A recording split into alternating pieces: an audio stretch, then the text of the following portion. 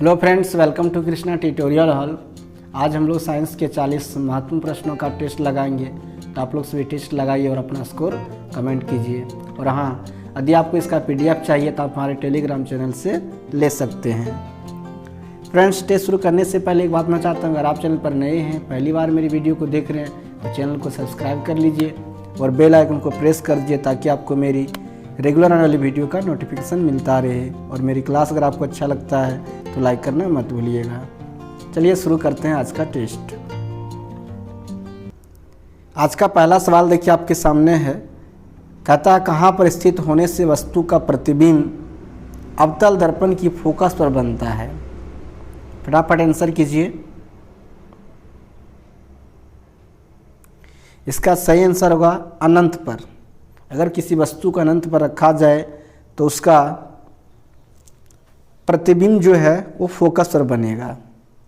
आइए नेक्स्ट सवाल देखते हैं। अगला सवाल कहता है, एक अवतल दर्पण में वस्तु की स्थिति फोकस और ध्रुव के बीच हो तो प्राप्त प्रतिबिंब होगा। कैसा प्रतिबिंब होगा ये बताना है आपको। इसका सही आंसर ऑप्शन नंबर सी, आभासी और बड़ा। नेक्स्ट सवाल देखते हैं। अगला सवाल कह रहा है कि एक दर्पण से किसी भी दूरी पर रखी एक वस्तु का सीधा प्रतिबिंब प्राप्त होता है, दर्पण हो सकता है। यानी सीधा प्रतिबिंब मिल रहा है तो दर्पण कौन सा होगा ये बताना है आपको।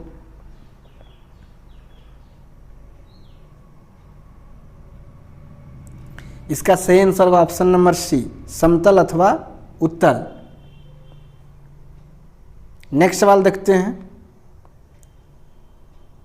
एक गोलीय दर्पण था, एक पतले लेंस, दोनों की ही फोकस दूरियां -15 सेमी है। दोनों ही संभवतः हैं, यानी दोनों क्या हैं? दोनों की फोकस दूरी -15 सेमी है, तो वो क्या है ये बताना है। अवतल, उत्तल, दर्पण उत्तल था तथा लेंस अवतल, दर्पण अवतल था, उत्तल लेंस,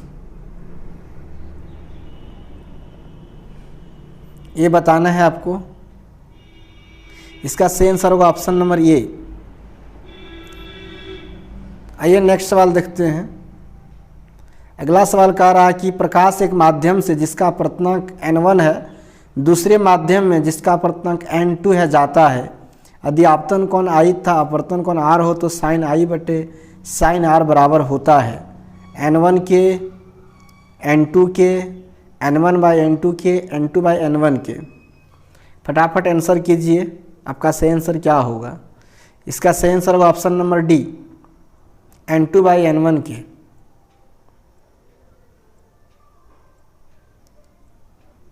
आइए नेक्स्ट सवाल देखते हैं। अगला सवाल कहता है कि नेत्र लेंस की फोकस दूरी कम हो जाने से कौन सा दृष्टि दोष होता है, ये बताना है आपको। इसका सही आंसर होगा ऑप्शन नंबर ए, निकट दृष्टि दोष। लेंस की फोकस दूरी कम हो जाने से निकट दृष्टि दोष होता है और इस दोष को दूर करने के लिए अवतल लेंस का उपयोग करते हैं। आइए नेक्स्ट सवाल देखते हैं। अगला सवाल कह रहा है, एक प्रिज्म से होकर गुजरने के बाद श्वेत प्रकाश विभिन्न वर्णों में विभक्त होता है, इस घटना को कहा जाता है प्रकाश का, क्या कहते हैं इस घटना को ये बताना है। परावर्तन, अपवर्तन, वर्ण विक्षेपण, सीधी रेखा में चलना। दोस्तों, अगर प्रिज्म से होकर श्वेत प्रकाश गुजरता है और वो विभिन्न रंगों में विभक्त हो जाता है, इस घटना को हम लोग प्रकाश का वर्ण विक्षेपण कहते हैं। ऑप्शन नंबर सी आपका बिल्कुल सही हो जाएगा। नेक्स्ट सवाल देखते हैं। अगला सवाल कह रहा, आँख अपने लेंस की फोकस दूरी को बदलकर दूर या निकट की वस्तु को साफ साफ देख सकता है।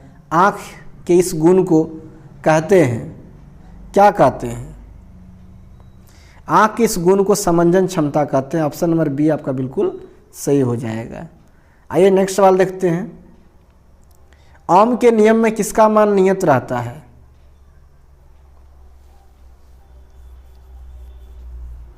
ओम का नियम क्या है? स्थिर ताप पर किसी चालक तार में प्रवाहित धारा, यानी स्थिर ताप पर, यानी किसका स्थिर रहता है मान? तो ताप का रहता है। ऑप्शन नंबर बी आपका बिल्कुल सही हो जाएगा। आइए नेक्स्ट सवाल लेते हैं। अगला सवाल कह रहा है आवश्यक विभवांतर उत्पन्न करने वाली युक्ति को कहते हैं। आवश्यक विभवांतर किसके द्वारा उत्पन्न किया जाता है? ये किया जाता है सेल के द्वारा, तो ऑप्शन नंबर ये जो है बिल्कुल सही हो जाएगा। नेक्स्ट सवाल देखते हैं। एकांक धनावेश को दो बिंदुओं के बीच स्थानांतरित करने में जो कार्य करना पड़ता है वह निम्नलिखित में किसका मापक है? इकाई धनावेश को, इसका सही आंसर ऑप्शन नंबर बी हो जाएगा, विभवांतर। नेक्स्ट सवाल देखते हैं। किसी विद्युत बल्ब का अनुमानतक 220 वोल्ट 100 वाट है। जब इसे 110 वोल्ट पर प्रचालित करते हैं तब इसके द्वारा उपभुक्त शक्ति होगी।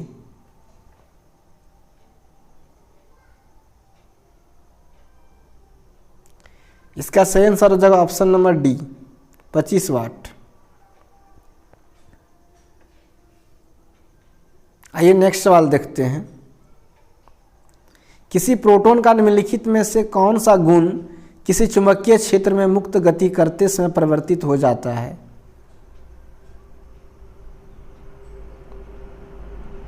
इसका सही आंसर होगा ऑप्शन नंबर सी, वेग।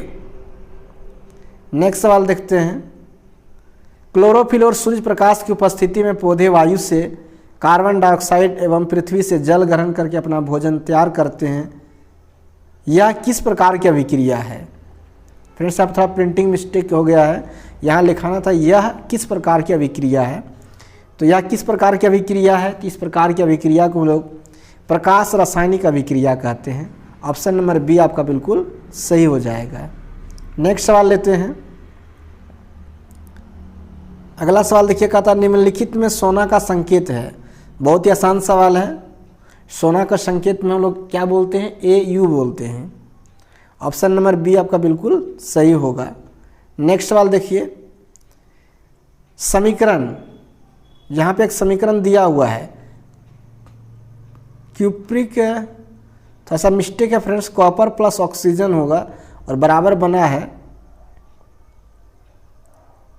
कॉपर है प्लस ऑक्सीजन और इससे बना है क्यूप्रिक ऑक्साइड। तो यह किस प्रकार की अभिक्रिया है ये बताना है। यह ऑक्सीकरण अभिक्रिया है क्योंकि ऑक्सीजन का संयोग हो रहा है, तो ऑप्शन नंबर बी जो है आपका बिल्कुल सही हो जाएगा। आइए नेक्स्ट सवाल देखते हैं। अगला सवाल कह रहा निम्नांकित में कौन भस्म नहीं है? बहुत ही आसान सा सवाल है फ्रेंड्स। जिसमें OH दिखे वो भस्म है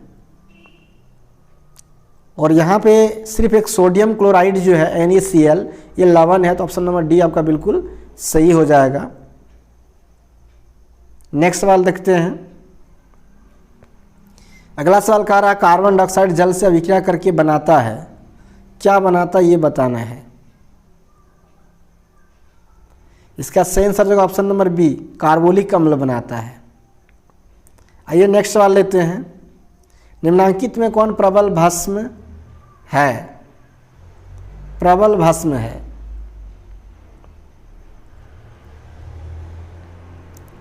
sodium hydroxide, option number B आपका बिल्कुल सही हो जाएगा। इसको प्रबल भस्म कहते हैं। नेक्स्ट सवाल देखते हैं। निम्नलिखित में से कौन सी धातु अम्लराज से अभिक्रिया करके उसमें घुल जाती है?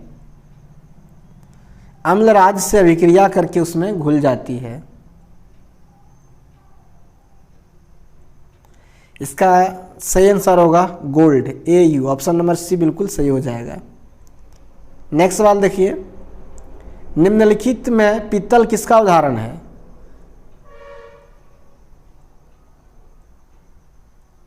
पीतल जो है फ्रेंड्स वो मिश्र धातु है। ऑप्शन नंबर सी आपका बिल्कुल सही हो जाएगा।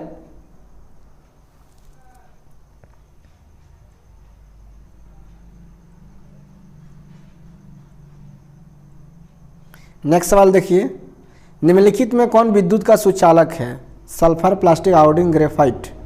सल्फर, प्लास्टिक, आयोडीन सब विद्युत का सुचालक नहीं है। ग्रेफाइट जो है वो विद्युत का सुचालक है, तो डी ऑप्शन बिल्कुल सही हो जाएगा। नेक्स्ट सवाल देखते हैं। अगला सवाल का कार्बन के कितने अपर रूप होते हैं? तो इसका सही आंसर जो होगा वो हो जाएगा 2, हीरा एवं ग्रेफाइट, इसके 2 अपर रूप होते हैं। अगला सवाल देखिए, अल्कोहल का क्रियाशील मूलक है, बहुत ही आसान सा सवाल है, अल्कोहल क्रियाशील मूलक किसका आता है? तो अल्कोहल का सबसे क्रियाशील मूलक होता है OH, इसमें CHO एल्डिहाइड का है, CO कीटोन का है और COOH जो है वो एसिटिक एसिड का है, या फिर एसिड का बोल सकते हैं आप, COOH। नेक्स्ट सवाल देखते हैं, आवर्त सारणी में कुल कितने वर्ग हैं? बहुत ही आसान सवाल हुआ। आवर्त सारणी में 18 वर्ग हैं, ऑप्शन नंबर सी आपका बिल्कुल सही हो जाएगा। नेक्स्ट सवाल देखते हैं, आवर्त सारणी के क्षैतिज कतारों को कहते हैं, क्षैतिज कतारें, इस तरह की कतारें जो है फ्रेंड्स को वर्ग कहते हैं और इस तरह की जो कतारें हैं उसे आवर्त कहते हैं। तो ऑप्शन नंबर बी आपका बिल्कुल सही हो जाएगा।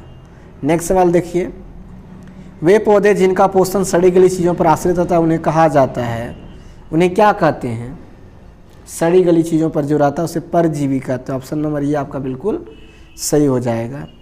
नेक्स्ट सवाल देखते हैं, अगला सवाल कहता है, जंतुओं में कितने प्रकार के श्वसन अंग पाए जाते हैं? तो 3 प्रकार के पाए जाते हैं श्वसन अंग। ऑप्शन नंबर सी आपका बिल्कुल सही हो जाएगा, जिसमें एक हो जाता है आपका श्वास नली या ट्रेकिया, और एक होता है गिल्स या गलफड़ा, और एक होता है फेफड़ा, 3 प्रकार के। नेक्स्ट देखते हैं, एक कोष के सवालों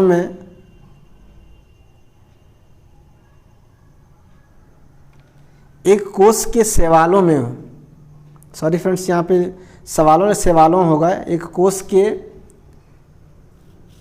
कोशिकीय सवालों में, यहाँ पे फ्रेंड्स सवाल जो है वो होगा एक कोशिकीय, इस जगह पे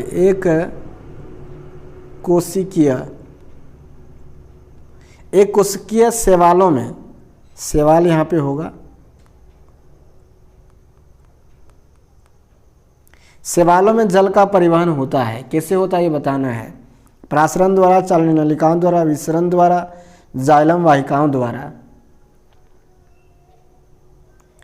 इसका सही आंसर होगा ऑप्शन नंबर सी, विसरण द्वारा। एक कोशिकीय सवालों में जल का परिवहन विसरण द्वारा होता है।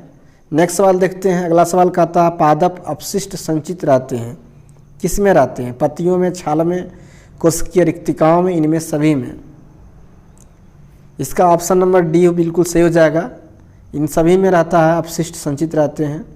आइए नेक्स्ट सवाल लेते हैं। अगला सवाल कहता है, इनमें से किस ग्रंथि को मास्टर ग्रंथि कहते हैं? बहुत ही आसान सवाल है फ्रेंड्स। मास्टर ग्रंथि जो है पिट्यूटरी ग्रंथि को कहते हैं। ऑप्शन नंबर ये बिल्कुल आपका सही हो जाएगा। नेक्स्ट सवाल लेते हैं, इनमें कौन फल पकाने के लिए प्रयुक्त होते हैं? फल पकाने के लिए, तो फल पकाने के लिए एथिलीन का प्रयोग किया जाता है। ऑप्शन नंबर सी बिल्कुल आपका सही हो जाएगा। अगला सवाल देखते हैं, जनन कितने विधि से होता है? जनन 2 विधि से होता है फ्रेंड्स, अलैंगिक जनन और लैंगिक जनन। नेक्स्ट सवाल देखते हैं, निषेचन के फलस्वरूप अंडाशय की दीवारें बनाती हैं, क्या बनाती हैं ये बताना है। इसका सही आंसर होगा ऑप्शन नंबर बी, फल। आइए नेक्स्ट सवाल देखते हैं, नर युग्मक था मादा युग्मक के संयोजन से बनता है, क्या बनता है ये बताना है। नर युग्मक था मादा युग्मक के संयोजन से बनता है, वो है जाइगोट। ऑप्शन नंबर ये बिल्कुल सही हो जाएगा। नेक्स्ट सवाल देखते हैं, पक्षी तथा चमगादड़ के पंख हैं, कैसा पंख है ये बताना। पंख 2 प्रकार के होते हैं, समजात और असमजात, या फिर यहाँ पे यही 2 डिफरेंट पूछ रहा है कि पक्षी तथा चमगादड़ के पंख कैसा है, समजात है असमजात अंग है। तो इसका सही आंसर जो है वो हो जाएगा असमजात अंग, ऑप्शन नंबर बी। आइए नेक्स्ट सवाल देखते हैं, आनुवंशिकी का पिता किसे कहते हैं? आनुवंशिकी का पिता जो है जॉन मेंडल को कहते हैं, यानी ऑप्शन नंबर जो है ये आपका बिल्कुल सही हो जाएगा। नेक्स्ट सवाल देखते हैं, किसी पारिस्थितिक तंत्र में ऊर्जा को ग्रहण करने वाले होते हैं। पारिस्थितिक तंत्र होगा फ्रेंड्स, परिस्थिति लिखा गया है। किसी पारिस्थितिक तंत्र में ऊर्जा को ग्रहण करने वाले होते हैं, कौन होते हैं ये बताना है। तो इसका सही आंसर जो है ऑप्शन नंबर ये हो जाएगा उत्पादक। उत्पादक ग्रहण करते हैं, फिर उपभोक्ता उससे लेता है। आइए नेक्स्ट सवाल देखते हैं। मैदानी पारिस्थितिक तंत्र में तृतीय उपभोक्ता है कौन है, ये बताना है। मैदानी पारिस्थितिक तंत्र में तृतीय उपभोक्ता है, तो इसमें होगा ऑप्शन नंबर डी, तृतीय उपभोक्ता। इसमें प्राथमिक मेढक होगा, दूसरा प्राथमिक ग्रास हॉपर होगा और दूसरे नंबर पर मेढक आएगा, तृतीय सर्प का उत्पादक इसमें हरा पौधा है। हरा पौधा को ग्रास हॉपर खाता है, ग्रास हॉपर को मेढक और मेढक को सर्प खाता है, इसलिए सर्प जो है वो तृतीय उपभोक्ता आएगा। आइए आज टेस्ट का अंतिम सवाल देखते हैं। क्वेश्चन नंबर 40, ओजोन परत के अपक्षय के लिए मुख्य रूप से कौन जिम्मेवार है। ये बहुत ही आसान सवाल है और एक क्वेश्चन में देखने को ही मिलता है फ्रेंड्स, तो इसको देखिए। इसका सही आंसर जो होगा वो होगा CFC, क्लोरोफ्लोरोकार्बन, जो ओजोन परत के अपक्षय के लिए मुख्य रूप से जिम्मेवार है। तो चलिए फ्रेंड्स, आज का ये 40 प्रश्नों का टेस्ट खत्म होता है। आपका स्कोर कितना आया कमेंट करके ज़रूर बताइएगा। आपको मेरा क्लास कैसा लगा इसका भी कमेंट कीजिएगा। अच्छा लगा है तो लाइक कीजिए, ज़्यादा शेयर कीजिए और नए हैं तो चैनल को सब्सक्राइब कर लीजिए। तो चलिए फ्रेंड्स, मिलते हैं फिर नेक्स्ट क्लास में। तब तक के लिए आप सबको थैंक यू।